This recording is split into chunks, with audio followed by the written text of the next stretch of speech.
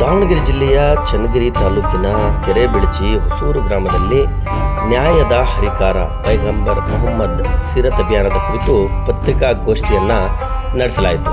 ಇನ್ನು ಈ ಪತ್ರಿಕಾಗೋಷ್ಠಿಯಲ್ಲಿ ಜಮಾತೆ ಇಸ್ಲಾಮಿ ಹಿಂದ್ ಸ್ಥಳೀಯ ಕಾರ್ಯಕರ್ತರು ಭಾಗವಹಿಸಿದರು. ಇನ್ನು ಪ್ರವಾದಿಗಳು ಅರೇಬಿಕ್ ಕ್ಯಾಲೆಂಡರ್ ಪ್ರಕಾರ ರಬಿಯುಲ್ ಅವ್ವಲ್ ತಿಂಗಳಿನಲ್ಲಿ ಜನಿಸಿದರು. ಅವರ ಸಾರ್ವಕಾಲಿಕ ಬೋಧನೆಗಳನ್ನು ಜನತೆಗೆ ತಿಳಿಯಪಡಿಸಲು ಜಮಾತೆ ಇಸ್ಲಾಮಿ ಹಿಂದ್ ಕರ್ನಾಟಕದ ವತಿಯಿಂದ ನ್ಯಾಯದ ಹರಿಕಾರ ಪೈಗಂಬರ್ ಮೊಹಮ್ಮದ್ ಶೀರ್ಷಿಕೆಯಡಿ ಸೆಪ್ಟೆಂಬರ್ 3ರಿಂದ 14ರವರೆಗೆ ರಾಜ್ಯಾದ್ಯಂತ ಸೀರತ್ ಅಭಿಯಾನವನ್ನು ಹಮ್ಮಿಕೊಳ್ಳಲಾಗಿದೆ ಎಂದು ತಿಳಿಸಿದರು. ಪ್ರವಾದಿ ಮೊಹಮ್ಮದ್ ರವರ ನ್ಯಾಯ ಮತ್ತು ಮಾನವೀಯತೆಯ ಸಂದೇಶಗಳನ್ನು ನಾಡಿನ ಜನತೆಗೆ ತಲುಪಿಸುವುದು ಮತ್ತು ಪ್ರವಾದಿಯವರ ಬಗೆಗಿನ ತಪ್ಪು ಕಲ್ಪನೆಗಳನ್ನು ಹೋಗಲಾಡಿಸುವುದು ಹಾಗೂ ವಿವಿಧ ಧರ್ಮೀಯರ ನಡುವಿನ ಪರಸ್ಪರ ಸಂಬಂಧಗಳನ್ನು ಬಲಪಡಿಸುವುದು ಈ ಅಭಿಯಾನದ ಉದ್ದೇಶವಾಗಿದೆ ಎಂದರು.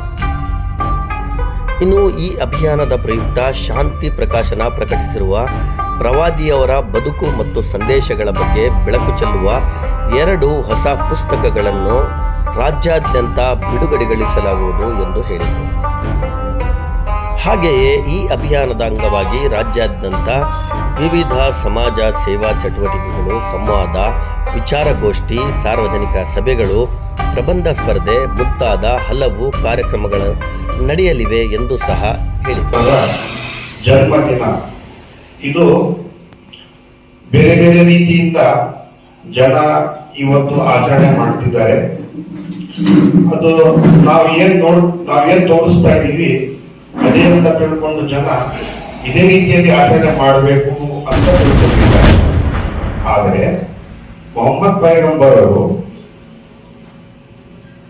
ನಾವು ತಿಳ್ಕೊಬೇಕಾಗಿದೆ ಏನಂತಂದ್ರೆ ನ್ಯಾಯದ ಹರಿಕಾರ ನಮ್ಮ ಪೈಗಂಬರು ಆಗಿದ್ದರು. ಮತ್ತು ಜನರಲ್ಲಿ ಒಂದು ತಪ್ಪು ಕಲ್ಪನೆ ಏನಿದೆ ಅಂತಂದ್ರೆ ಮೊಹಮ್ಮದ್ ಪೈಗಂಬರ್ ಅವರು ಕೇವಲ ಇಸ್ಲಾಮಿನ ಮತ್ತು ಮುಸಲ್ಮಾನರ ಪೈಗಂಬರ್ ಅಂತ ತಿಳ್ಕೊಂಡಿದ್ದಾರೆ. ಆದರೆ ಕುರಾನ್ ಹೇಳುತ್ತೆ ರಹಮತುಲ್ ಲಿಲ್ ಆಲಮೀನ್ ಅಂತ ಅವರಿಗೆ ಹೇಳುತ್ತೆ. ಇದರ ಅರ್ಥ ಇಡೀ ಮಾನವ ಕುಲಕ್ಕೆ ಇವರು ರಹಮತ್ ಅಂತಂದ್ರೆ ಶಾಂತಿ ದೂತರಾಗಿದ್ರು ಅವರು. ಅದಕ್ಕೆ ಶಾಂತಿ ದೂತರ ಒಂದು ಸಂದೇಶವನ್ನು ನಾವು ಕೂಡ ಅವರು ಅನ್ಯಾಯ ಆಗಿರ್ತಕ್ಕಂಥವರು ಇಡೀ ಜಗತ್ತಿಗೆ ಶಾಂತಿಯ ಒಂದು ಸಂದೇಶವನ್ನು ಕೊಡಬೇಕಾಗಿದೆ. आपको बताया गया 2 किताबें परवानी यारो फिर और क्या है इंसाफ के नंबरदार, ये किताबें अभी आई नहीं है।